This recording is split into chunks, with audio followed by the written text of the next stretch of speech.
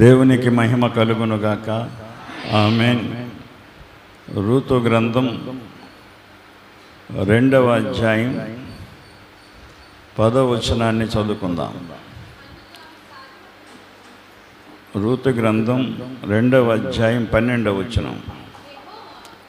యెహోవా నీవు చేసిన దానికి ప్రతిఫలమిచ్చును, ఇశ్రాయేలీయుల దేవుడైన యెహోవా రెక్కల క్రింద సురక్షితముగా ఉండునట్లు నీవు వచ్చితివి.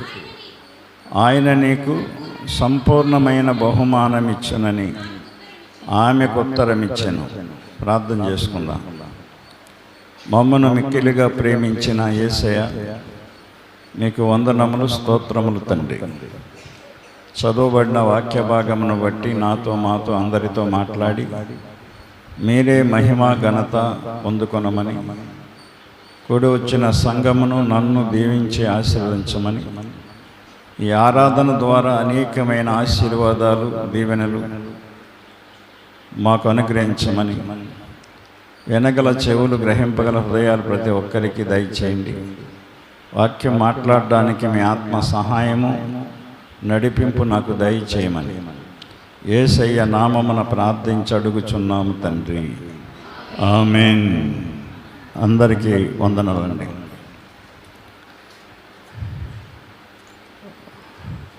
ఒక ఊర్లో కుటుంబం ఉండేది. ఆ కుటుంబం దేవునిలో ఎంతో విశ్వాసంగా ఉండేది. దేవుని సన్నిధి మానకుండా వెళ్ళేవారు. దేవుడు ఆ కుటుంబాన్ని ఆశీర్వదించి దీవించాడు. 2 కుమారుల్ని ఆ కుటుంబంలో దేవుడు వారికి సంతానం కింద ఇచ్చాడు. సంపాదించుకున్నారు, మంచి గృహం కట్టుకున్నారు, మంచి సహవాసానికి వెళుతూ ఉన్నారు. ఈలోగా ఇంకా సంపాదన మీద వాళ్ళకి ఆశ కలిగింది. వారు వేరే ప్రాంతానికి వెళ్ళాలని ఆలోచించుకున్నారు. వేరే ప్రాంతానికి వెళ్ళారు. ఆ ప్రాంతంలో వాళ్ళకి సంపాదన ఎక్కువగా వాళ్ళకి కలిగేది. ఆ సంపాదనని చూసుకున్నారు, కానీ దేవుణ్ణి వాళ్ళు లక్ష్య పెట్టలేదు. దేవుడు ఎక్కడికి పోతాడులే, మళ్ళీ మన ప్రాంతం వెళ్ళి మన ఊరు ఇళ్ళకి వెళ్ళొచ్చు, ఎక్కడికి మనం సంపాదించుకోవడానికి వచ్చాం, సంపాదించుకుంటే ముందు సంపాదన ముఖ్యం అని చెప్పేసి వాళ్ళు అనుకున్నారు. ఈలోగా భక్తిలో, విశ్వాసంలో వెనకబడిపోయారు. ధనమైతే కలిగింది, కానీ ఇంట్లో వాళ్ళకి శాంతి సమాధానం లేకుండా అయిపోయింది. కొన్నాళ్ళకి భర్త చనిపోయాడు. అయినా సరే డబ్బు ఉంది కదా, భర్తతో పనే ఉంది, 2 కొడుకులు ఉన్నారు అనుకుని ఆమె ధైర్యం తెచ్చుకొని జీవితాన్ని గడపసాగింది. ఇంకా 2 బిడ్డలు కూడా అక్కడ ఉండిపోయారు. అన్యులతో సహవాసం పెరిగిపోయింది వాళ్ళకి. ఈమెకి కూడా అక్కడ ప్రార్థన లేదేమో, వాక్యం లేదేమో, అక్కడ చుట్టూ ఇరుగు పొరుగు అన్యులతో ఆమెకి కూడా స్నేహం పెరిగిపోయింది. ఇంకా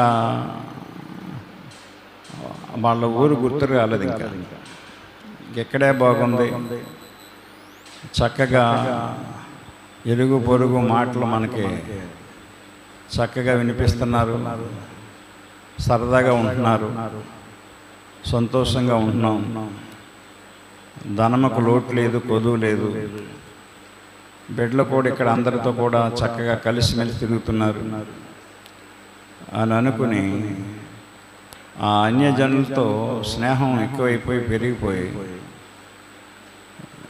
విశ్వాసాన్ని పూర్తిగా కోల్పోయి ఆ కుమారులు ఇద్దరికి కూడా అక్కడ అన్య స్త్రీలని, అన్య అమ్మాయిల్ని వివాహం చేసేసింది. ఇంకా అన్య స్త్రీలు వచ్చారు ఇంట్లోకి. ఇల్లంతా కూడా అన్యాచారాలతో నిండిపోయింది. ఒకప్పుడు దేవునిలో బాగా ఎదిగిన వారు, దేవునిని ఎరిగిన వాళ్ళు వాళ్ళు వెనకబడిపోయారు. మొత్తానికి 10 సంవత్సరాలు గడిచిన తర్వాత ఇద్దరు కుమారులు కూడా చనిపోయారన్నమాట. చనిపోయిన తర్వాత అప్పుడు అర్థమైంది ఆమెకి. ఆ అన్యులు ఏం చేశారంటే, ఈమె భర్త చనిపోయాడు, పిల్లలు చనిపోయారు, ఇలాంటి దాని ముఖం చూడకూడదని చెప్పి, అన్యులకి ఇలాంటి ఆచారాలు పద్ధతులు ఉంటాయి, ఆమెతో మాట్లాడటం మానేశారు, ఆమె ఇంటికి రావటం మానేశారు. ఇలాంటి దాన్ని ముఖం చూడకూడదు, మనకే దరిద్రం వస్తుందని చెప్పేసి అనుకుని దూరం అయిపోయారు. అప్పుడు ఇంకా చేసేది ఏమీ లేక ఆ ఇద్దరు కోడళ్ళకి చెప్పింది, మీరు మీ ఇంటికి వెళ్ళిపోండి అమ్మా, నాకు ఇంకెక్కడ ఎవరున్నారు, నేను మా దేశం వెళ్ళిపోతాను, మా ఊరు వెళ్ళిపోతానని చెప్పింది. చెప్పినప్పుడు ఒక కోడలు చెప్పిందే తరువు మూట ముళ్ళు సర్దుకొని పుట్టింటికి వెళ్ళిపోయింది. రెండవ కోడలు కాస్త మంచి మనస్తత్వం కలిగింది, పద్ధతి గల అమ్మాయి. అన్య కుటుంబంలో పుట్టినా కానీ పద్ధతి, పెద్దలంటే గౌరవం, సాంప్రదాయాలన్నీ కూడా బాగా తెలిసిన అమ్మాయి.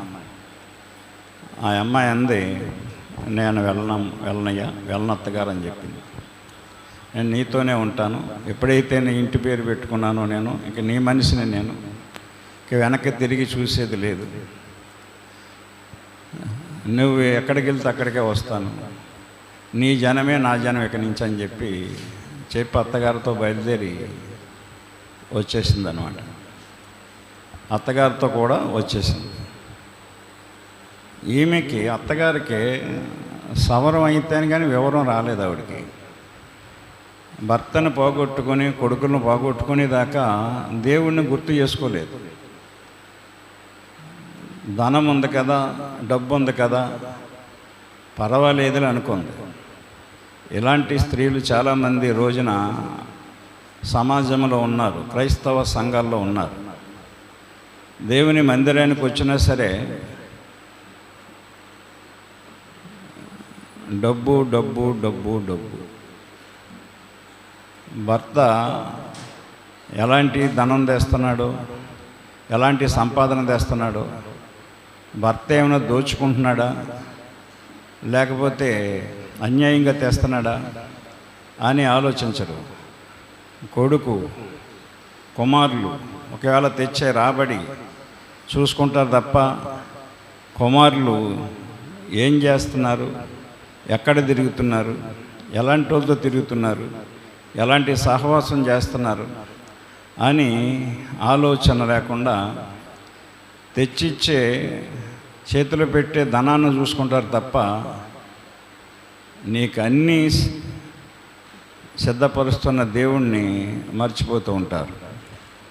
అందుకనే సామెతలు 14:1 సామెతల గ్రంథకర్త సొలొమోను చెప్తాడు ఒక మాట, జ్ఞానవంతురాలు తన ఇల్లు కట్టుకొనును, మూఢురాలు తన చేతులతో తన ఇల్లు ఓడబెరుకుకొను. మూఢురాలంటే క్రైస్తవురాలయ్యుండి అన్యులతో సహవాసం చేసే స్త్రీ, పాపం చేసేవారితో స్నేహంగా ఉండే స్త్రీ, సరైన మాటలు మాట్లాడలేని స్త్రీలతో కలిసి ఉండే స్త్రీ. మూఢురాలంటే జ్ఞానము లేని స్త్రీ, దైవ జ్ఞానం లేని స్త్రీ. ఇలాంటి స్త్రీలు ఉంటే ఆ ఇంట్లో ఉన్న మగాళ్ళకి రక్షణ ఉండదు, భర్తకి రక్షణ ఉండదు. భర్తను రక్షించుకోవాలి, భర్తను కాపాడుకోవాలి, బాధ్యత నీది. దేవుడిచ్చిన బిడ్డల్ని కాపాడుకోవాలి నువ్వు. జ్ఞానవంతురాలు తన ఇల్లు కట్టును అని అర్థం ఏంటంటే, ఇల్లు అనగా కుటుంబం. దేవునికి కావలసిన ఇల్లు కుటుంబం అనే ఇల్లు. సిమెంటుతో, ఊసలతో, కాంక్రీట్తో కట్టిన ఇల్లు కాదు. అవన్నీ ఇక్కడే ఉంటాయి, ఇక్కడే శిథిలమైపోతాయి. దేవునికి కావలసిన గృహము కుటుంబం అనే గృహం. అందుకనే యెహోవా ఇల్లు కట్టించని యెడల దాని కట్టువారు ప్రయాసము వ్యర్థమే అన్నాడు. చాలామంది ఈనాడు గృహాలు కట్టుకుని ఆ గృహమే గృహం అనుకుంటారు. ఇటుకలతో, సిమెంటుతో, రాళ్ళుతో, ఓసలతో కట్టుకున్న గృహమే గృహము కింద అనుకుంటారు. గృహం అనగా ఆత్మీయ అర్థం తీసుకోవాలి మనం. నువ్వు ఆ గృహం కట్టుకోవడానికి ఎన్నో పాటలు పడుతున్నావు, మంచిదే. మరి నీ కుటుంబం అనే గృహం కట్టుకోవడానికి ఎన్ని పాటలు పడుతున్నావు? నీ భర్తను రక్షించుకోవటానికి ఏం కృషి చేస్తున్నావు నువ్వు? నీ బిడ్డల్ని రక్షించుకోవటానికి ఏం ఆలోచిస్తున్నావు? దేవుని వాక్యాన్ని మనం అర్థం చేసుకోవాలి. కనుక నేను చెప్పిన వాక్యం ఈ బైబిల్లోదే, రూతు గ్రంథంలోదే. రూతు గ్రంథంలో కుటుంబం గురించి చెప్పాను నేను. ఆమె లోక సంబంధమైన డబ్బును ఆశించింది తప్ప ఆత్మ సంబంధమైన ఆశీర్వాదాన్ని ఆశించలేదు. తన డబ్బులు లేనిదంటే కాదు, డబ్బులు ఉన్నాయి, ఆస్తిపరురాలే, కానీ ఇంకా ఆస్తి కావాలి, ఇంకా సంపాదన కావాలి. కొంతమందికి ఎంత సంపాదించినా సరే ఇంకా ఇంకా ఇంకా ఇంకా అనే మాట పోదు. కొంతమందికి ఎంత సంపాదించినా సరే లేదు లేదు లేదు అనే మాట పోదాల్లోంచి. అరే, ఎంత అజ్ఞానంగా మాట్లాడతారండి. దేవుని యొక్క వాక్యాన్ని మనం అర్థం చేసుకోవాలి. ఒక కోడలు వెళ్ళిపోయింది, ఒక కోడలో కూడా వచ్చింది. అత్తతో ఉండే కోడళ్ళు కావాలి ఈ రోజున. అత్తగారితో వచ్చింది. అత్తగారితో వచ్చినప్పుడు ఆమె అత్తగారిని పోషిస్తుంది. అత్తగారిని పోషించే కోడలు ఉన్నారండి ఈ రోజుల్లో. అత్తగారిని తన్ని తగిలేసే కోడలు ఉన్నారు. ఎందుకంటే అది ఆమె గతంలో చేసిన భక్తి మరలా ఆమె జ్ఞాపకం చేసుకుంది తిరిగి. నా దేవుడు మరలా నా దేశంలో ఆహారం ఇస్తున్నాడు, సమృద్ధి కలగజేశాడని చెప్పి అన్నీ పోయిన తర్వాత సవరం అయిపోయింది. భర్తని, ఇద్దరు కుమారులను పోగొట్టుకుందంటే ఎంత సవరం చేసేసాడు దేవుడాడికి, ఆమెకి. పెద్దలు అంటూ ఉంటారు, సవరం అయితేనే కానీ వివరం రాదని. ఈనాడు వివరం రాకుండా చక్కగా చాలామంది నడుచుకుంటున్నారు. కనుక ఆమె అత్తగారి దగ్గరికి వచ్చి ఆమె అత్తగారిని అంటి పెట్టుకుంది. ఈ స్థితిలో మా అత్తగారికి నేను తప్ప ఎవరున్నారు? బాగున్నప్పుడే అత్తగారా, బాగులేనప్పుడు అత్తగారు కాదా? నీకు అన్నీ ఇచ్చినప్పుడు అత్తగారా, ఏమీ లేనప్పుడు అత్తగారు కదా? అత్తగారు అత్తగారు కదా ఎప్పుడైనా. ఈ జ్ఞానం క్రైస్తవ యవన స్త్రీలకు ఉండాలి. ఈనాడు ఉండట్లేదు. కారణం ఏంటంటే జ్ఞానం లేదు, దైవ జ్ఞానం లేదు, వాక్యం వింటలేదు. అందుకనే జ్ఞానవంతురాలు తన ఇల్లు కట్టును అని చెప్పాడు ఆయన. జ్ఞానవంతురాలంటే దేవుని జ్ఞానము కలిగిన జ్ఞానవంతురాలు. దేవుని వాక్యము నీకు విధేయత నేర్పిస్తుంది, తెలివి నేర్పిస్తుంది, తగ్గింపు నేర్పిస్తుంది, పెద్దలనే గౌరవాన్ని నేర్పిస్తుంది. గమనించండి. కూడా వచ్చిన కోడల్ని ఆ ప్రాంత ప్రజలు చూశారు, ఆ ఊళ్ళో తన పద్ధతి చూశారు, తన మర్యాద చూశారు. తను భర్త చనిపోయినా అత్తగారితో వచ్చేసింది ఏంటి? అని చెప్పి ఆలోచించారు చాలామంది ఆలోచించి చాలామంది అబ్బాయిలు ఆమెను లోబరుచుకోవాలని చూశారు. కానీ ఆమె ఎవరికి లోబడలేదు. నీతిగా ఉంది, యథార్థతగా ఉంది, నిబ్బరంగా ఉంది, వంకర బుద్ధి ఏమీ లేదు ఆమెలో. అన్యురాలండి. ఒక అన్యురాల్లో ఉన్న బుద్ధులు చూడండి. ఈనాడు బాల్యం నుండి దేవుని సన్నిధిలో పెరుగుతున్న యవనస్తుల బుద్ధులు చూడండి ఎంత డిఫరెంట్ ఉందో. సంఘములోనే అన్నీ మొదలవుతున్నాయి, సంఘములోనే అన్నీ నేర్చుకుంటున్నారు వీళ్ళు. ఏమి నేర్చుకోవాలి అవి నేర్చుకోవట్లేదు, ఏమి నేర్చుకోకూడదో వాటిని నేర్చుకుంటున్నారు సంఘంలో ఉండి. దైవ జ్ఞానము పెంపొందించుకోవట్లేదు, లోక సంబంధమైన జ్ఞానం కోసం వెంపర్లాడుతున్నారు. చదువు కోసం, డిగ్రీల కోసం, ఉద్యోగాల కోసం, మంచి పొజిషన్ కోసం, మంచి భర్తలు కావాలి, మంచి భార్యలు కావాలి, ఒక ఉన్నతమైన స్థితిలోకి వెళ్ళిపోవాలి. మరి ఆత్మీయతలో మంచి వద్దా? విశ్వాసంలో మంచి వద్దా? దేవుని ఎదుట మంచిగా ఉండొద్దా మనం? ఒక అన్యురాలు భర్త చనిపోయాడు, భర్తతో కలిసిమెలిసి జీవించింది. ఆ కోరికలు ఆమెకు తెలుసు, ఆ తలంపులు ఆమెకు ఉన్నాయి. వాటిని బట్టి కొంతమంది యవనస్తులు అందంగా ఉన్న ఆమెను లోబరుచుకోవాలని చూశారు, కానీ ఎవరి మాట వినలేదండి, ఎవరి వైపు చూడలేదు.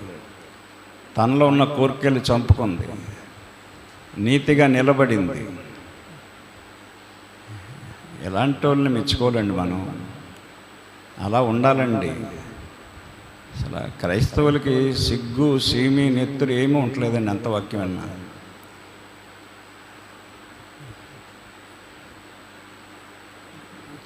ఎలాంటి వాళ్ళకి ఆ దేవుని వాక్యం చెప్పుతున్నాం అనిపిస్తుంది.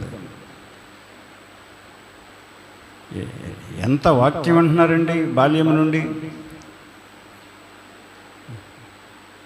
వాళ్ళకి కావలసిన తరగతులు ఏర్పాటు చేస్తున్నారు, సిబిఎస్లని, సండే స్కూల్స్ అని, అయ్యని ఇయ్యని. ఏమి నేర్పిస్తున్నారు అక్కడ సంఘాల్లో? ఏమి నేర్పుతున్నారు? ఎందుకు నేర్చుకోవట్లేదు? గద్దించాలి, బాల్యంలోనే గద్దించాలి, బెత్తం పట్టుకుని ఈపు వాయించేయాలి అంతే. అలాగా చేస్తే పిల్లలు చేరరు, సంఘం చెదిరిపోద్దని ఒక పంది పిల్లల్లాగా, కుక్క పిల్లల్లాగా పోగొట్టుకుని ఎలా పడితే అలాగ విచ్చలవిడిగా వదిలేసాలని బాల్యం నుండి కూడా. వాళ్ళు ఏమన్నా సరే వాళ్ళని గద్దించకుండా, వాక్యానుసారంగా శిక్షించకుండా ఎప్పుడు బుద్ధి చెప్పాలి? నువ్వు సండే స్కూల్ టైంలోనే బుద్ధి చెప్పాలి పిల్లలకి. అందుకనే సండే స్కూల్ మానేస్తాను నేను. ఎందుకంటే సండే స్కూల్కి వస్తారు, వాళ్ళు ఏదో తప్పు చేస్తారు, నాకు కోపం ఎక్కువ, కొట్టవలసి వస్తుంది. నేను కొట్టిన కానించి బాధపడతారు మీరు. అరే అయ్యగారు మన బిడ్డ బాబు కోసం కొట్టారు అనుకోరు. ఈనాడు పాఠశాలల్లో ఊరుకుంటున్నారు, స్కూల్స్లో చదవకపోతే కొడతంటే దెబ్బలాడికి వెళ్తున్నారు. అందుకనే చదువు సంకనాగిపోతుంది ఈ రోజున. ఎందుకు పనికి రాకుండా మధ్యలో ఆగిపోతున్నారు చదువులు. భక్తులు కూడా అలాగే ఆగిపోతున్నారండి. భక్తి నేర్పించాలి మనం. బాలుడు నడవలసిన త్రోవను వానికి నేర్పుము, వాడు పెద్దవాడైనను దాని నుండి తొలగిపోడనుంది, వృద్ధుడైనను ఉంటుంది అక్కడ. పిల్లలకి నేర్పించాలండి, ఇంటికాడ మీరు నేర్పించుకోవాలి. ఏం చెప్పారా ఈ రోజునని అడగాలి సండే స్కూల్ నుంచి వచ్చాక. ఇక్కడ పద్ధతిగా ఉంటున్నాడా ఉండలేదని చూసుకోవాలి కదా ఇంటి దగ్గర తల్లిదండ్రిని. అసలు మీకు పద్ధతి ఉంటే కదా, తల్లిదండ్రులకి పద్ధతి ఉంటే కదా చూడడానికి పద్ధతి. నేను ఇప్పటికీ కోప్పడుతూ ఉంటాను మా పిల్లల మీద. వాళ్ళు అక్కడ ఏ తేడాగా మాట్లాడినా సరే నాకు తెలిసిందంటే వాళ్ళని గద్దిస్తాను నేను. ఏమ్మా బుద్ధి లేదేటి అలా మాట్లాడడానికి అలాగే అంటాను. గద్దించాలండి. మరి ఆ అన్యురాలు రూతు గద్దింపుతో పెరిగిందేమో తెలీదు. ఆమె చెప్పిన మాటలు ఈనాడు క్రైస్తవులు చెప్పగలరా? కోడళ్ళు ఏమంది అత్తగారు తామే? 1:18-16 అందుకు రూతు, నా వెంబడి రావద్దనియు నన్ను విడిచిపెట్టవద్దనియు నన్ను బతిమాలు అనుకొనొద్దు. నీవు వెళ్ళు చోటుకే నేను వచ్చేదను, నీవు నివసించు చోటునే నేను నివసించేదను. నీ జనమే నా జనం, నీ దేవుడే నా దేవుడు. నేను ఎప్పుడైతే చేసుకున్నానో వివాహం మీ అబ్బాయిని, అప్పటి నుంచి మీ దేవుడే నా దేవుడు. నా దేవుడిని వదిలేశాను, నా పుట్టింటి అలవాట్లు వదిలేశాను, నా పుట్టింటికాడే వదిలేసి వచ్చాను. నేను ఇక్కడికి వచ్చిన తర్వాత అత్త మిమ్మల్ని బట్టే నడుస్తున్నాను. నన్ను అలా మాట్లాడొద్దు. నీవు మృతి పొందు చోటనే నేను మృతి పొందేదను, అక్కడనే పాతి పెట్టబడదను. మరణము తప్ప మరి ఏదైనను నిన్ను నన్ను వేరు చేసిన ఎడల యెహోవా నాకు ఎంత కీడైనను చేయునుగాక. ఎవరు మాట్లాడతారండి ఈ మాటలు? ఈ రోజున ఎవరు మాట్లాడగలుగుతున్నారండి ఈ మాటలు? అత్తగారిని వెంట పెట్టుకుని వచ్చింది ఆమె, అత్తగారితో వచ్చేస్తుంది వెంట. అత్తగారికి పేరు తెచ్చేలా బతుకుతుంది. ఎలా పడితే అలా బతకట్లేదు. పొలం వెళ్తుంది, పని చేసుకుంటుంది, వస్తుంది, వండి పెడుతుంది, మళ్ళీ పొలం వెళ్తుంది, వస్తుంది. అత్తగారు అడిగింది, అమ్మా నువ్వు ఎవరి పొలం వెళ్తున్నావు అని.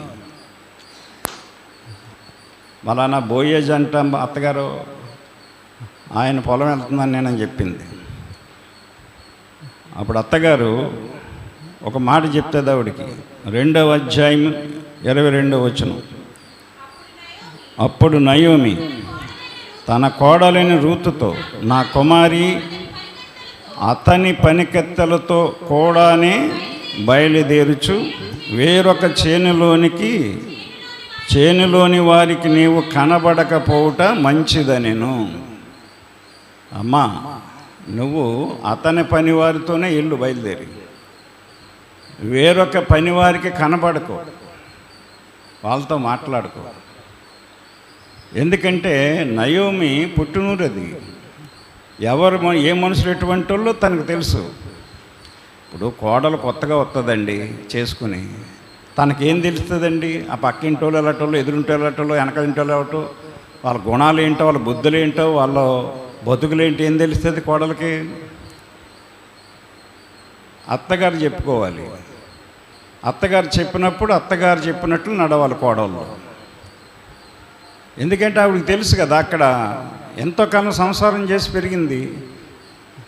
ఈ పక్కోళ్ళు ఆ పక్కోళ్ళు, ఎదురింటోళ్ళు వెనకింటోళ్ళు ఎలాంటోళ్ళు అత్తగారికి తెలుసు. కనుక వచ్చిన కోడలకి ప్రతి అత్తగారు చెప్తుందండి, చెప్పకుండా ఉండదు. అమ్మ నువ్వు వాళ్ళ ఇంటికి వెళ్ళకు, వాళ్ళతో మాట్లాడుకో, జాగ్రత్త, వాళ్ళు ఇలాంటోళ్ళు, నువ్వు వాళ్ళ ఇంటికి వెళ్ళకు, ఎవరి దగ్గరికి ఇంట్లో ఉండు, నీకు కావాల్సిందని తెచ్చి పెడతానని చెప్తారు. ఎనరే కోడలు ఎనరు. చిన్నప్పటి నుంచి సండే స్కూల్లో పెరుగుతారు, వాక్యం వింటే కదా వీళ్ళు. యవన కాలం వచ్చింది, తల్లిదండ్రుల మాట వింటే కదా. ఎవరి మాట వినరు. మరి పెళ్ళయిన తర్వాత అత్తగారి మాట ఏమంటారు వీళ్ళు? అరే మా అత్తగారు నాకు మంచి చెప్తుంది అనుకోరు వీళ్ళు. ఎందుకంటే దేవుని మంచి మాటలే వినలేదు వీళ్ళు. ఏమంది అత్తగారు? వేరొక చేనులో వారికి నీవు కనబడకపోవుట మంచిది, నీకు మంచి జరుగుద్దమ్మా. దేవుని మాట వింటే మంచి జరుగుద్ది మనకి, దేవుని వాక్యాన్ని వింటే మంచి జరుగుద్ది మనకి. అబ్బే వినవే, పట్టించుకోము. నీ పక్క మనిషి ఏదైనా చెప్తే అది వింటావు నువ్వు, నీ వెనకున్న మనిషి ఏదైనా చెప్తే వింటావు. ఇక్కడ వాక్యం చెప్పినప్పుడు కొంతమంది కొన్ని మాట్లాడుకుంటూనే ఉంటారు.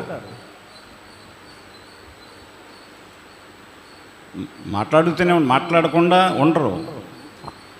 ఎవరెల్లో దేవునికి విరోధులు. దేవుడు నీతో మాట్లాడుతున్నప్పుడు నువ్వు వెనకాల మనిషి చెప్పే మాట ఏంటి? నువ్వు పక్కనున్న మనిషి ఏదో చెప్తుంటే చెవులో గొనుగుతుంటే వెంట నువ్వు అంటే నువ్వు దేవుని సంబంధం కాదు. నా గొర్రెలు నా స్వరము వినును, అవి నన్ను వెంబడించును అన్నాడు యేసుప్రభు. నీకు మంచి ఎలా జరుగుతుంది అంటున్నాను. రూతు అత్తగారి మాట ఇంద కాబట్టి మంచి జరిగింది ఆమెకి, మామూలు మంచి జరగలేదు. ఏ కోడలైనా సరే అత్తగారి మాట ఇన్ని తీరవలసిందే. అత్తగారు ఎలాంటిదైనా అత్తగారు బయోడేటా తెలుసుకుంటారు వీళ్ళ కోడలు వచ్చి పక్కింటికి వెళ్ళి, నీ సంగతి నాకు తెలియదేంటి అన్నట్టు మాట్లాడతారు. అది అవసరమా నీకు మంచి ఎలా జరుగుతుంది? మంచి సంతానం ఎలా కలుగుతుంది నీకు? ఇంటికాడ నీ తల్లి ఎలాంటిదో అత్త అలాంటిదే. నీకు తల్లిని ఎలా గౌరవించావు, తల్లి మాట ఎలా విన్నావో అత్తగారి మాట. ఇప్పుడు తల్లి మాట వింటలేదు రండి, ఇంటికాడ తల్లి మాట వింటలేదు. ఇప్పుడు వింటున్నారా? వినేదే లేదు. దేవుడి మాట వినరు, తల్లి మాట వినరు, తండ్రి మాట వినరు. ఎవరి మాట వింటారంటే నిన్ను చెడగొట్టే వాళ్ళ మాట వింటావు, నువ్వు నిన్ను పాడు చేసే వాళ్ళ మాట వింటావు, పనికి మాలిన మాటలు వింటావు. దేవుని మందిరానికి వచ్చినప్పుడు నీ చూపు దేవుని వైపు ఉండాలి, నీ చెవులు దేవుని మాటల వైపు ఉండాలి. పక్కోళ్ళు ఏదో చెప్తుంటే ఆ మాట నీకు అవసరమా? ఒక అన్యురాలైనటువంటి స్త్రీ రూతు అత్తగారి మాట ఎంత చక్కగా ఉంటుంది చూడండి. నయోమి తన కోడలిని రూతుతో, నా కుమారి అతని పనిగెత్తలతో కూడానే బయలుదేరు. అది ఆ మంచి రైతు అతను, మంచోడమ్మ, మన బంధువు అతను, మనకు కావలసినోడు, చాలా నీతిమంతుడు అతను, చాలా పర్ఫెక్ట్. ఆడోళ్ళని ఎంత గౌరవంగా చూస్తాడంటే అబ్బబ్బబ్బా అలాంటి మనిషి ఉండడమ్మా. నువ్వు అతని పనికత్తులు అలాంటి వాళ్ళనే పెట్టుకుంటాడు పనిలో. ఆ పనికత్తులతో కూడానే ఎల్లు. వేరొక చేనిలోనికి వెళ్ళడానికి ఆలోచించుకో. వేరే చేనిలోకి వెళ్ళే వారితో వెళ్ళడానికి ఆలోచించకు ఎప్పుడు. ఎందుకంటే అది నీకు మంచిది, అది నీకు మంచిది. మంచి జరగాలని, మేలు జరగాలని దేవుని సన్నిధికి వస్తాం. దేవుడి చెప్పేది నువ్వు పట్టించుకో, వినవు. దేవుని వాక్యాన్ని అర్థం చేసుకోవాలండి, మనం అర్థం చేసుకోవాలి. ఆ చేను రైతు ఆ రూతు ప్రవర్తన కనిపెట్టి చెప్తున్నాడు అతను. అదే మనం చదివాం, అదే చదివాం మనం. రూతు 2:12. యెహోవా నీవు చేసిన దానికి ప్రతిఫలం ఇచ్చును. మీరందరూ గుర్తుపెట్టుకోవలసిన మాట ఇది. మీరు ఏది చేస్తే అదే ప్రతిఫలం వస్తుంది మీకు, గుర్తుపెట్టుకోండి. మనుష్యుడు ఏమి విత్తునో ఆ పంటనే కోయును, గుర్తుపెట్టుకోండి. అర్థమైందా? నువ్వు కొబ్బరికాయ పాతే కొబ్బరి చెట్టే మొలుస్తుంది. ఆనపకాయ విత్తనం వేస్తే ఆనపకాయ కాస్తుంది. నిమ్మ చెట్టు అయితే నిమ్మకాయలు కాస్తాయి. జామ చెట్టు అయితే జాంకాయలు కాస్తాయి. అర్థమైందా? నువ్వు చేసిన దానికే ప్రతిఫలం నీకు వస్తుంది.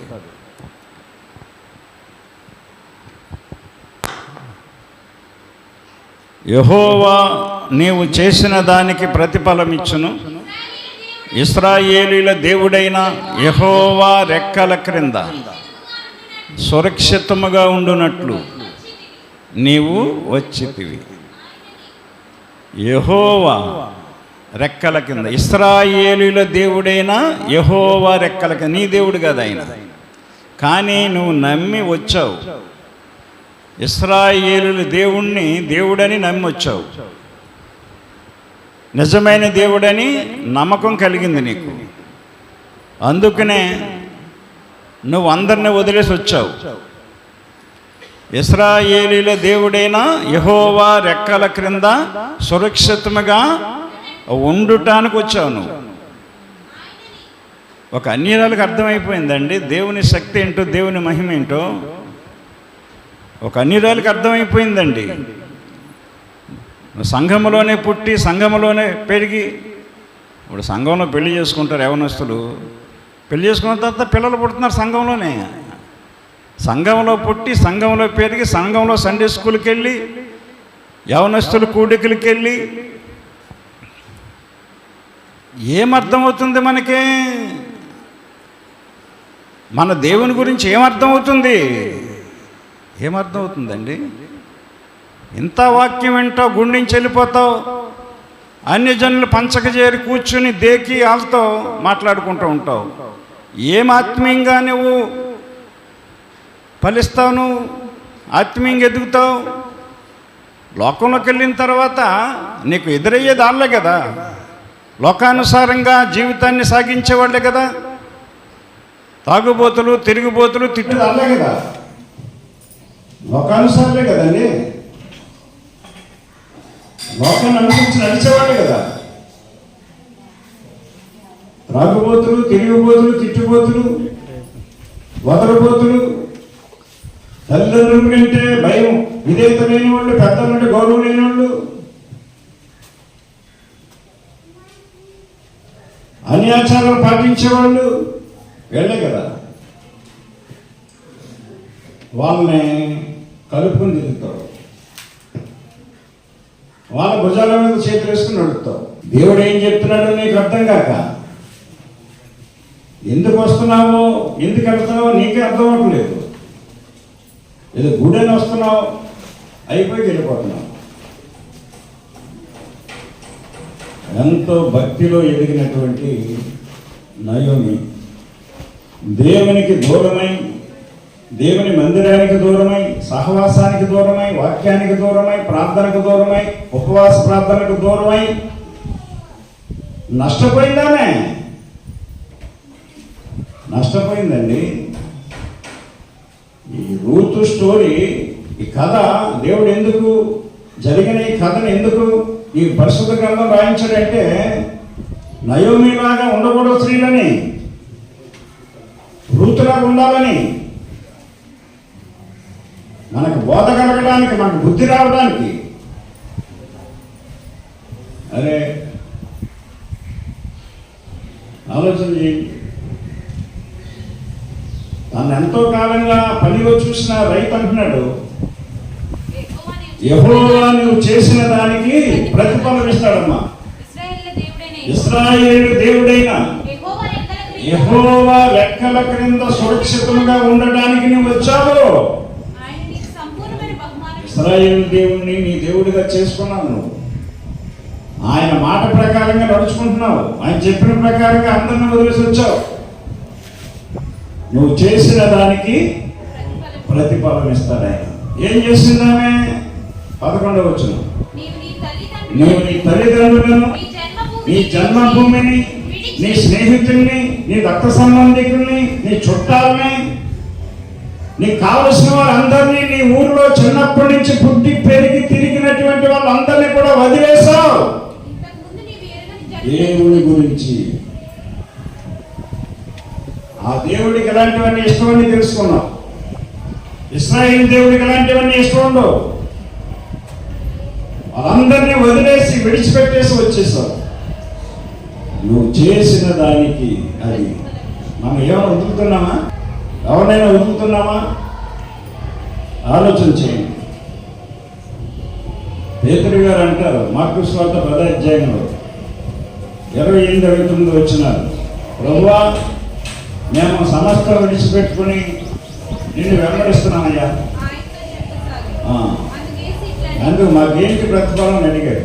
అందుకు యేసు ఇట్లనే, నా నిమిత్తము సువార్త నిమిత్తము, నా నిమిత్తము సువార్త నిమిత్తం, వాక్యం నిమిత్తం. వాక్యం ఏం చెప్తుందో మీరు చెయ్యాలి. దేన్ని విడిచిపెట్టుకోమంటుందో విడిచిపెట్టుకోవాలి.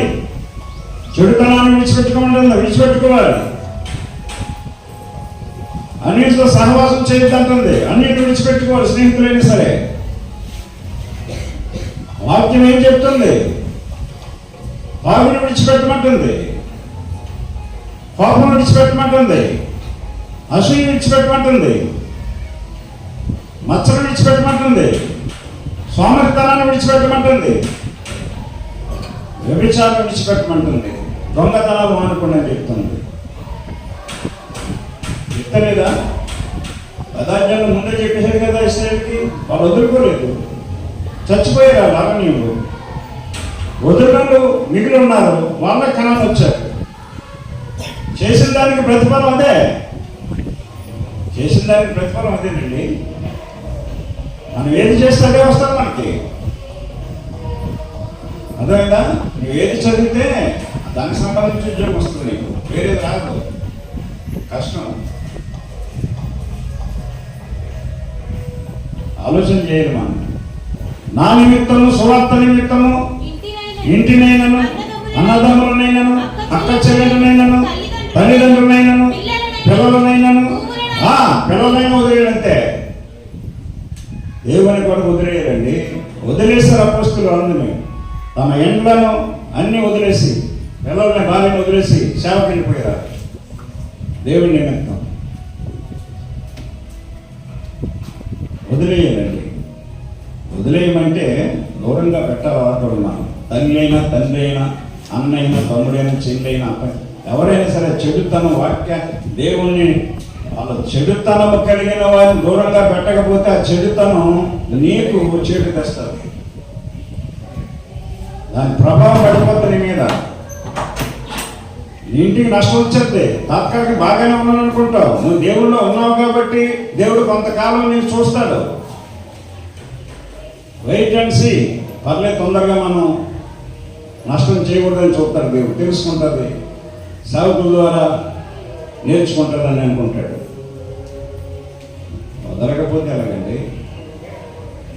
ప్రతిఫలం ఎలా వస్తుందండి? రూతు వదిలేసిందండి. అదే చెప్తున్నాడు ఆయన. నీవు నీ తల్లిదండ్రులను, నీ జన్మభూమిని విడిచి, జన్మభూమిని అంటే వదిలేసిందంటే అందరిని వదిలేసింటే కదా, బంధువులు, స్నేహితుల్ని, తనతో ఉన్న వాళ్ళందరినీ, రక్త సంబంధికుల్ని అందరిని వదిలేసి ఇంతకు ముందు నీవు ఎరగనటువంటి జనమునద్దకు వచ్చావు.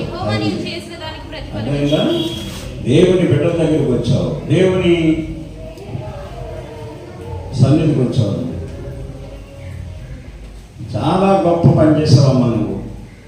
దేవుడు నీకు మామూలుగా బహుమానం ఎవడో. దేవుడు నిన్ను మామూలుగా విడిచిపెట్టడమ్మా. నువ్వు ఏదనుకుంటున్నావు? నాకు తెలుసమ్మా దేవుడి గురించి. రూతు బాబ్బా చాలా గొప్ప త్యాగం చేసావు. యవ్వన కాలంలో చాలా అందంగా ఉన్నాము. భర్త చనిపోయినా కానీ ఎవరైనా నేను చేసుకోవడానికి ఇష్టపడతారు. అంత చక్కగా ఉంది. నీ గుణం మంచిది, నీ బుద్ధి మంచిది, నీ అందంగా ఉన్నావు. ఇన్ని క్వాలిటీస్ ఉండి ఏ చిడితనం నీలో లేదమ్మా. నువ్వు చేసిన దానికి సంపూర్ణమైన బహుమానం ఇస్తారని. నా ప్రియ సహోదరుడా, సహోదరి, దేన్ని విడిచిపెట్టుకోకపోతే ఏమిస్తారండి దేవుడు మనకి? ఆ మాత్రం కూడా జ్ఞానం తెలియకపోతే ఎలాగండి మనకి? ఏళ్ళు గడిచిపోతున్నాయి, వయసు వెళ్ళిపోతుంది, సంవత్సరాలు గడిచిపోతున్నాయి, బలహీనతలు వచ్చేస్తున్నాయి, అనారోగ్యాలు వచ్చేస్తున్నాయి, ముసలితనం వచ్చేస్తుంది, యవ్వన కాలం పోయింది, మధ్య వయసు పోతుంది. అంటే ఏది వదులుకోకపోతే ఎలాగా? అది ఇది చెడని తెలిసి వదులుకోకపోతే ఎలాగండి? ఇది దేవునికి ఇష్టం ఉండదని తెలిసి వదులుకోకపోతే ఎలాగా?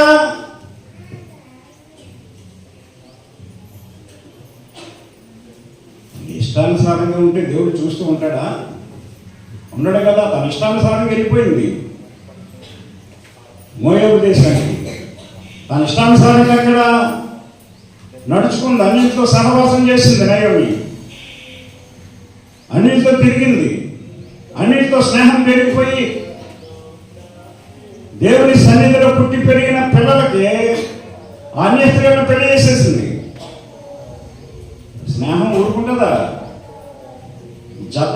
జతలు పడితే మొదలు పోతాయి. ఎక్కడ తిరుగుతున్నావు, ఎక్కడ కూర్చుంటున్నావు, ఎవరితో ఉంటున్నావు? ఆడైనా మగైనా యవనస్తులైనా గ్రహించుకోకపోతే ఎలాగండి? భక్తి అంటే ఏంటి? దేవుడు ఏది వద్దన్నాడు అది మానేయటం, ఏది చేయమన్నాడు అది చేయటం, అదే భక్తి అంటే. మరి అది కూడా తెలియకపోతే ఎలాగండి? నీ భక్తి నీకు ధైర్యం పుట్టింపదా? నీ యథార్థ ప్రవర్తన నీ నిరీక్షణకు ఆధారము కాదా అని చెప్తున్నాడు. జ్ఞాపకము చేసుకును. నిరపరాధి అయిన వాడు ఒక్కడు ఎప్పుడైనా నశించిన యథార్థవర్తనులు ఎక్కడైనా నిర్మూలమైరా అని చెప్తున్నాడు. నేను చూచినంత వరకు అక్రమమును దున్ని కీడును విత్తువాడు దానినే కోయను. గుర్తుపెట్టుకోండి. అవన్నీ మానుకోవటాకండి ఇక్కడ వస్తున్నాం మనం. వాటన్నిటి గురించి చెప్పే స్థలమే దేవుని స్థలం, దేవుని సన్నిధి. అంతేగాని ఇక్కడ పాట పాడడానికి, గొంతు వేయడానికి, డాన్స్ వేయడానికి స్థలం కాదు ఇది. ఇక్కడ నిలబడి గొప్పతనాలు సాక్ష్యం చెప్పుకోవడానికి స్థలం కాదు ఇది. నువ్వు మారకుండా, ఏది మానుకోకుండా సాక్ష్యం చెప్పడానికి సిగ్గుండాలి కదా. గొంతు వేయడానికి సిగ్గుండాలి కదండి. ఇక్కడ పాట పాడడానికి సిగ్గుండాలి కదా. నువ్వు ఎప్పుడు పాడాలి?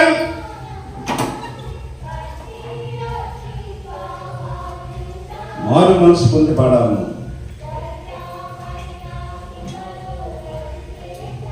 మారు మనసు పొందాలండి. నీ మనసు మార్చుకోవాలి.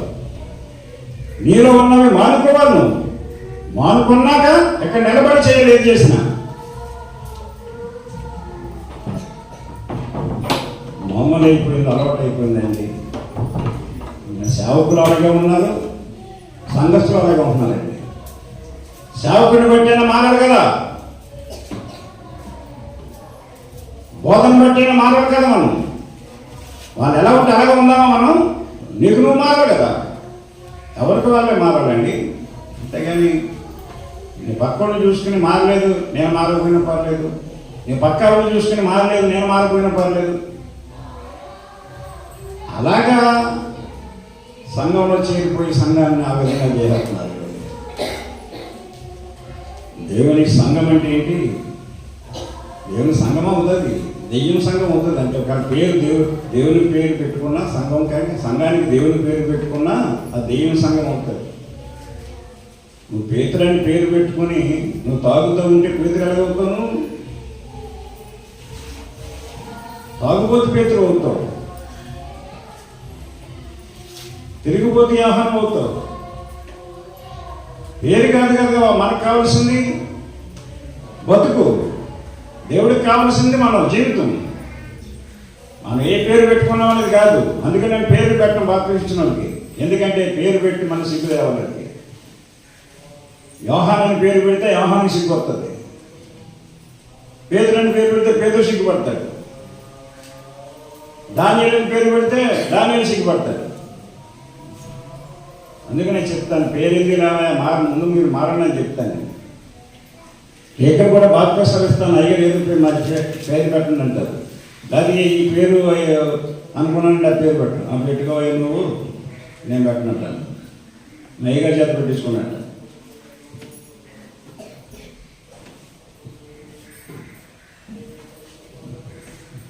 ఆడదండి అందరినీ వదిలేసి వచ్చింది, అన్నీ వదిలేసి వచ్చింది. ఒక యవనస్తుగా తన భవిష్యత్తు ఏమవుతుందో, నా జీవితం ఏమైపోతుందో అని ఒక్క ఆలోచన కూడా లేదా ఆమెకి. నా అత్తగారు దేవుడు నన్ను పాడు చేయదు. అత్తగారు మాట ఉందండి. వేరొక పొలంలోనికి వెళ్ళలేదు, వేరొక కూలతో మాట్లాడలేదు, ఎవరితోని స్నేహం పెట్టుకోలేదండి, ఎవరితో జత పెట్టుకోలేదు. పనికి వెళ్ళేది, పరకేరుకునేది, వచ్చేది. కానీ ఎవరొకడు ఈమె నా జతకెత్తని చెప్పలేదు అత్తగారికి. ఎందుకంటే అత్తగారు చెప్పింది, నువ్వు ఎవరితో మాట్లాడుతున్నా అది నీకు మంచిది. అది మంచిది చెప్పినప్పుడు నేను కాదండి, కోడలు వినాలి కదా మంచి చెప్పినప్పుడు, కూతురు వినాలి కదా మంచి చెప్పినప్పుడు, తల్లిదండ్రులు మంచిగా చెప్తారు కదా. ఒకవేళ వాళ్ళు చెడ్డోళ్ళు అయినా కానీ పిల్లలు బాగుండాలని మంచిగా చెప్తారు. బోధకులు చెడ్డోళ్ళమైనా మేము మీరు బాగుపడాలని మంచిగా చెప్తాం వాక్యం మీకు. మీరేం చేస్తారంటే మాలో ఉన్న రుసులు చూస్తూ ఉంటారు, మాలో ఉన్న లోపాలు ఎదుగుతూ ఉంటారు. మీరు మా లోపాలు ఎదుగుతుంటే మీకు వాక్యం కనపడుతుంది. మీకు ఇప్పుడు మేము తప్పు చేస్తున్నాం అనుకోండి, దానికి ప్రతిఫలం దేవుడు మాకు ఇచ్చేస్తాడు. మరి మమ్మల్ని చూసి మీరు తప్పు చేస్తే మీకు ఇచ్చేదా?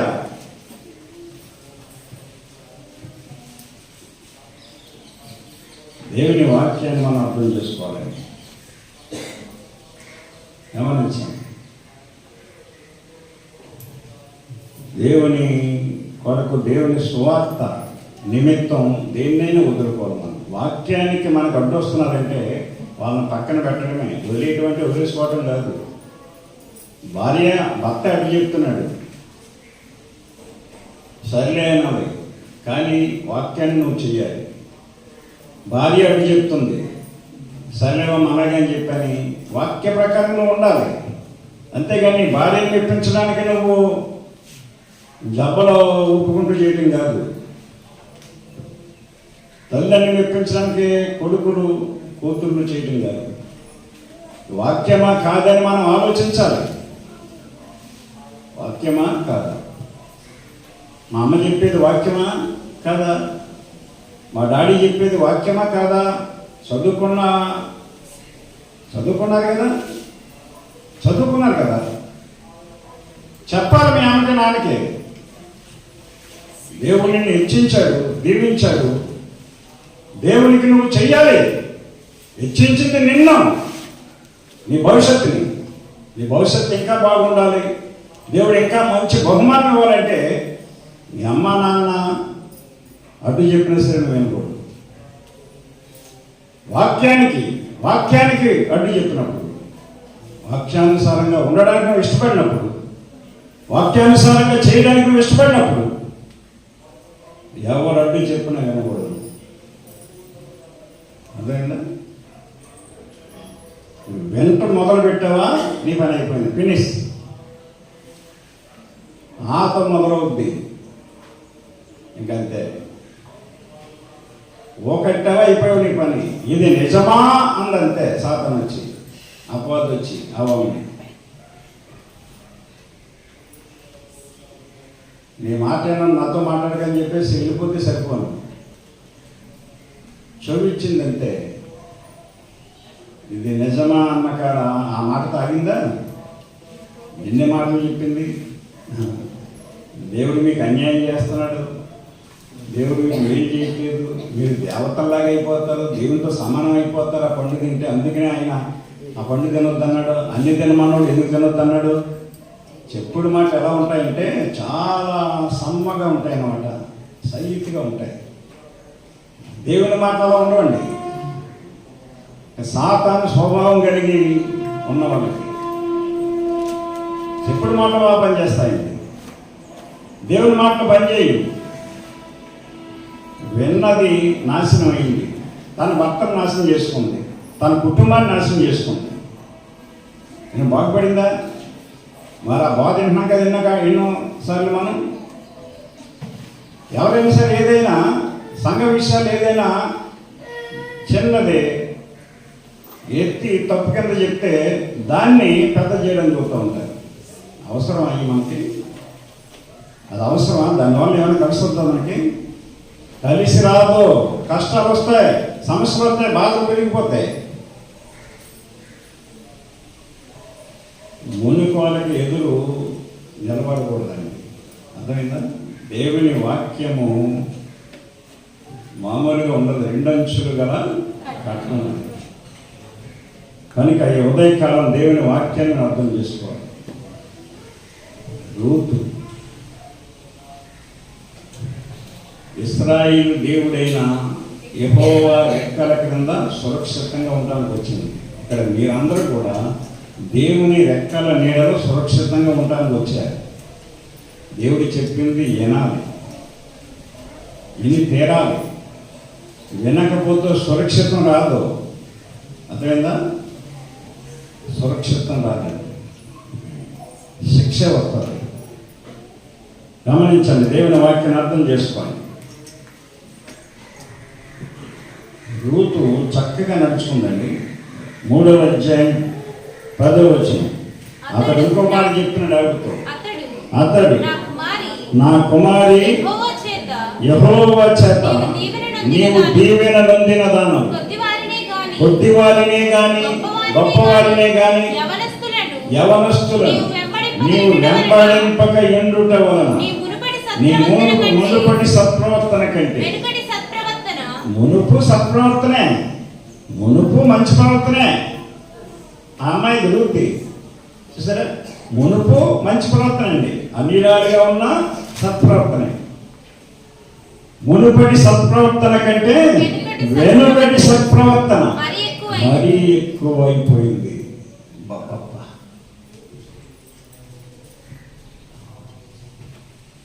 బెత్లెహేమికి యజమాని అయినటువంటి వ్యక్తి ఒక విధవరాలి గురించి, భర్త లేని దాని గురించి, యవనస్తురాల గురించి మాట్లాడుతున్న మాటలు. సంఘము రూతులా ఉండాలండి. బోయాజు యేసుక్రీస్తుకి సాదృశ్యంగా ఉంటే రూతు సంఘానికి సాదృశ్యంగా ఉంది. సంఘాన్ని అనాలైన దేవుడు మన సంఘం గురించి అలా మాట్లాడాలండి. సత్ప్రవర్తన కలిగి మనం నడుచుకోవాలి. సత్ప్రవర్తన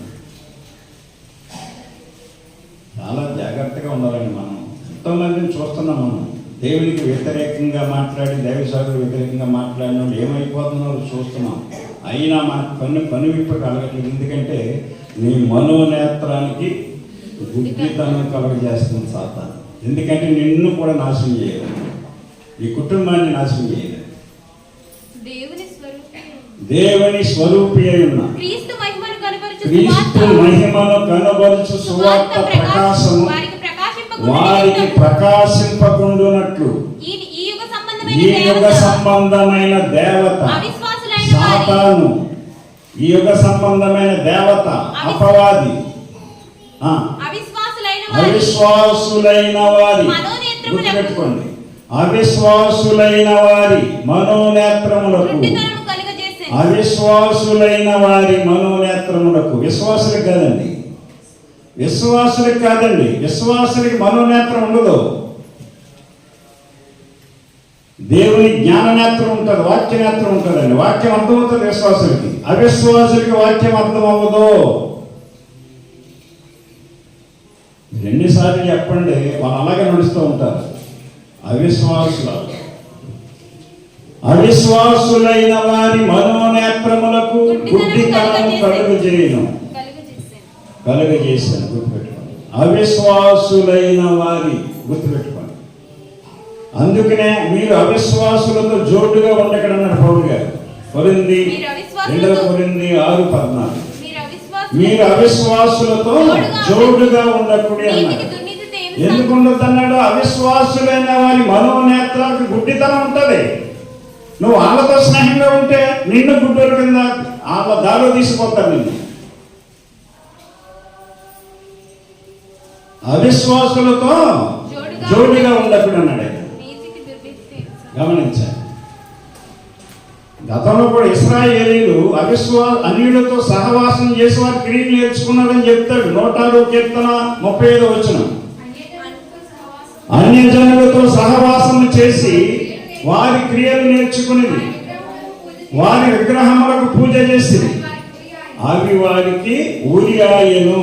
నీకు ఊరైపోతుంది అన్యజనులతో సహవాసం చేస్తేనే. అవిశ్వాసంతో సహవాసం చేస్తే నీకు నష్టమే, కీడే తప్ప మేలు జరగదు.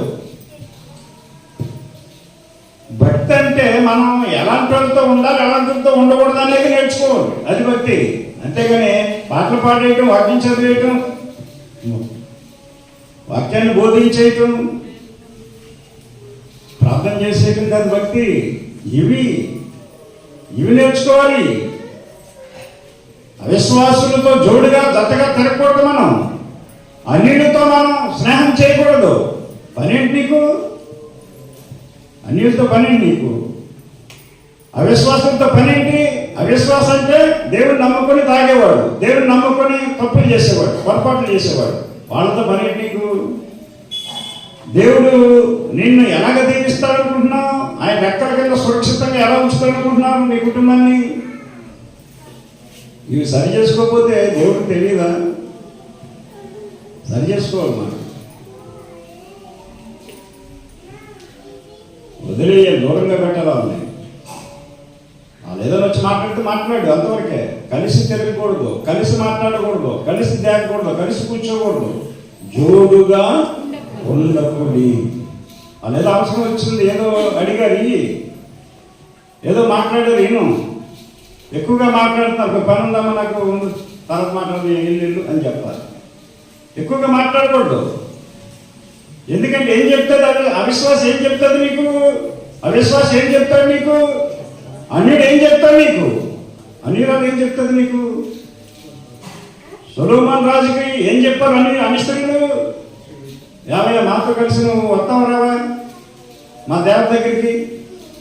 అది దేవత దగ్గరికి వస్తేనే నీతో మాట్లాడతాను, నేను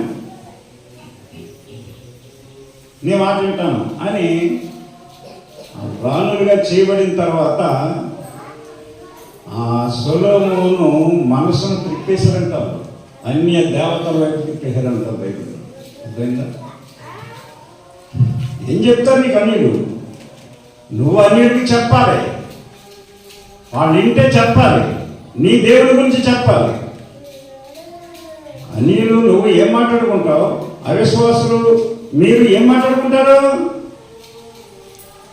నేను చాలాసార్లు చెప్పాను మీకు, నేను నా స్నేహితులందరినీ కూడా దూరం పెట్టేశానని. సేవకు వచ్చి బైబిల్ పట్టుకున్నాక నా స్నేహితులందరినీ దూరం పెట్టాను. నేను వాళ్ళతో స్నేహంగా ఎక్కడికి వెళ్ళలేదు ఎప్పుడు. నేను ఏమైనా ఎక్కడ ఎదురైతే మాట్లాడడం తప్ప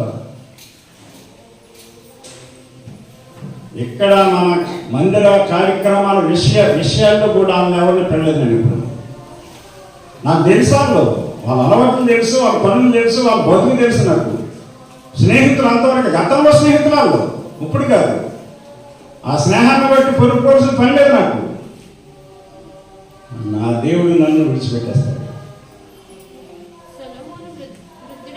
సొలొమోను వృద్ధుడైనప్పుడు అతని భార్యలు అతని హృదయం ఇతర దేవతల తట్టు త్రిప్పగా అతని తండ్రి అయిన దావీదు హృదయం వలె అతని హృదయం దేవుడైన యెహోవా ఎడల యథార్థము కాకపోయేను. గుర్తుపెట్టుకో. అందుకే నా ప్రియ సహోదరుడా, సహోదరి, ప్రతి స్త్రీ కూడా రూతు వలె ఉండాలండి, రూతులా ఉండాలండి.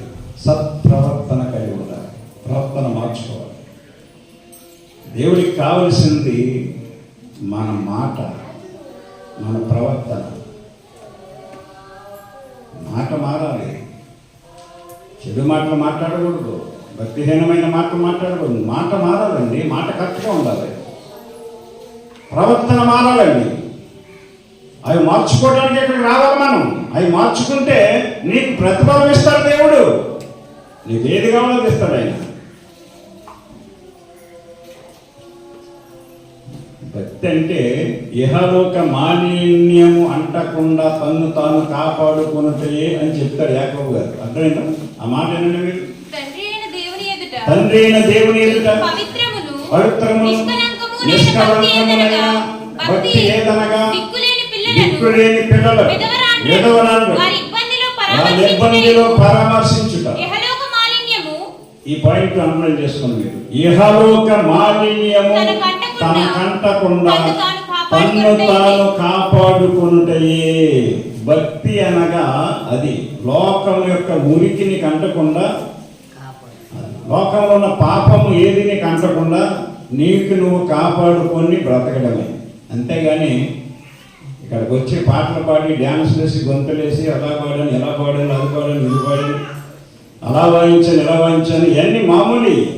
అది భక్తి కాదు, అది భక్తి కానే కాదు. అది నువ్వు పాటలు పాడకపోయినా పర్లేదు, పాపం లేకుండా కూర్చోవచ్చు, పాపం లేకుండా చూసుకో, మాలిన్యం లేకుండా అంటకుండా కాపాడుకో.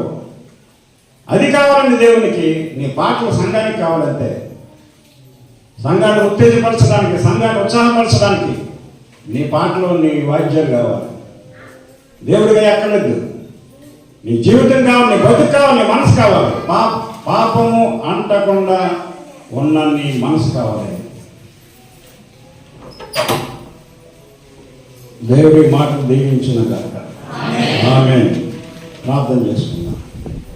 ప్రేమగల తండ్రి, పరిశుద్ధుడా యేసయ్యా, మీ వందనములు, స్తోత్రము తండ్రి. ఎత్తబడిన వాక్యము నూరంతరగా ఫలింపచేయు.